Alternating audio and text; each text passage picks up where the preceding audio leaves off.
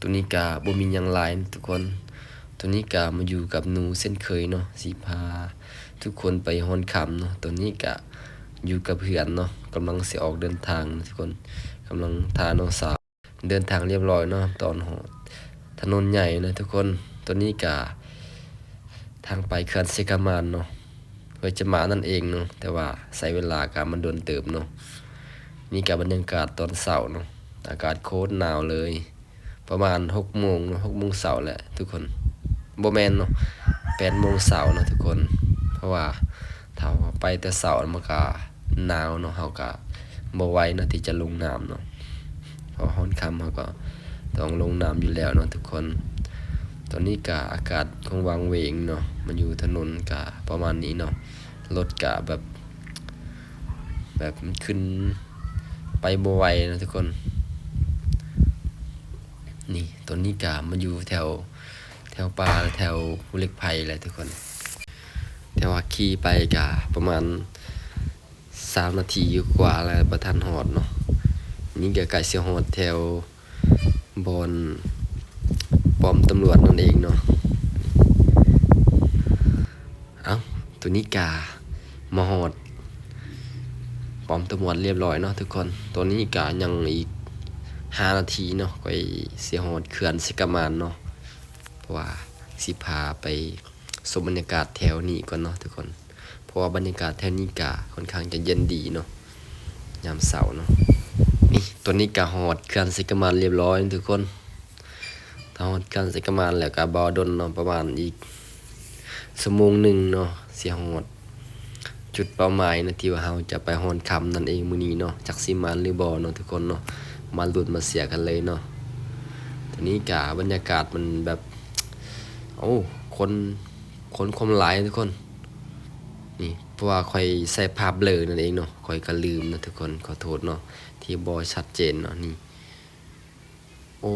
จะเป็นมื้อนี้เนาะเขาจะอนามัยเขื่อนเนาะเขื่อนเซกามานนั่นเองพี่น้องเขานี่บางคนเขาก็กลับเนาะทุกคนนี่เขาก็ลงมาเนาะเพื่อจะหยุดเพราะว่าเขากะมาหยุดวันนี้นะเขาก็หยุดนี่บรรยากาศนี่อยู่เขื่อนเซกามานเนาะทุกคนน้ำคนคุณขนาดเนาะนี่ค่อยกะมานั่งทักทายเขาเนาะเพราะว่านี่รถเพเนาะทุกคนตัวนี้เขากะท่าเนาะเพราะว่าเขาอนามัยเขื่อนเนาะ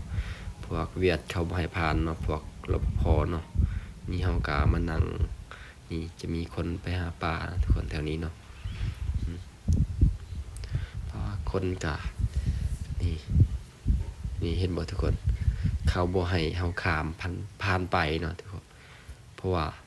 อยู่เขื่อนเนาะเขาอนามัยนี่ไผมาก็ต้องแบบมาจอดอยู่นี่เนาะถ้าประมาณ15 นาทีเนาะนี่ถ้าไปจนเมื่อยไปแล้วเนาะแต่ว่าคนก็หลายเนาะอยู่นี่เนาะนี่เขาก็ถ่ายคือกันพี่น้องว่าเฮา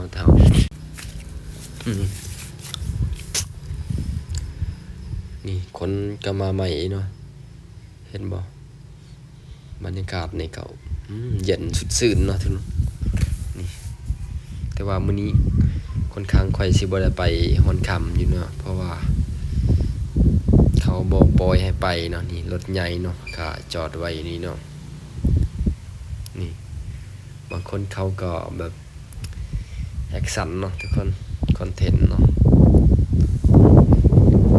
ถ้าประมาณ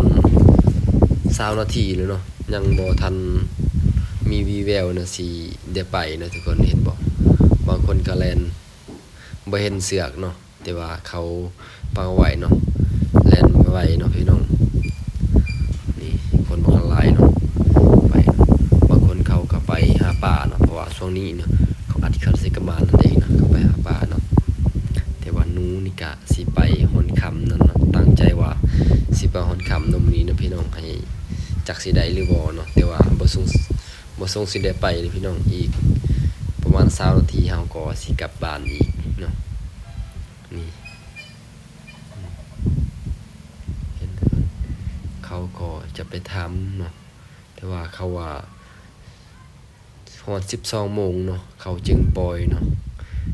จังซั้นเขาก็จะเมื่อก่อนเนาะทุกคนมื้อนี้ก็บ่ได้เห็นค่ำเนาะบ่ได้ไปห้วยจะหมากเนาะแต่ว่าเฮาก็สิเมื่อบ้านเนาะทุกคนนี่ก็เป็นกระสามเนาะที่ว่าเฮาปะเขากินไว้เนาะอยู่หั่นเนาะพี่น้องเอาตัวนี้ก็สิเมื่อบ้านก่อนพี่น้องกลับบ้านก่อนเนาะไว้โอกาสหน้านี่สิไปหาฮอนค่ำคือเก่าเนาะนี่ไปก่อน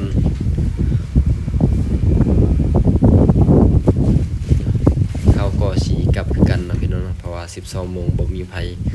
สิท่าได้เนาะทุกคนนี่มื้อนี้ก็ได้เมื่อเนาะพี่น้องเนาะมื้อนอนเอาดีกว่าเนาะมื้อหน้าสิไปฮอนค่ำคือเก่าเนาะมื้ออื่นเนาะเพราะว่าบ่มีเฮ็ดเวียกเนาะบ่เฮ็ดเวียกพี่น้องช่วงนี้เขาก็แบบบ่อนสวนกล้วยก็ยากเนาะเขาก็บ่เอาเนาะพี่น้องเพราะว่ากล้วยเขาบ่ทันใหญ่เนาะนี่เฮาก็เมื่อเนาะใกล้สิฮอดบ้านแล้วนี่บางคนเขาก็ไปสวนก็บ่ได้เนาะเพราะว่าเส้นทางเดียวเนาะที่ว่าเขาไปเพราะว่าเขื่อนใหญ่เนาะ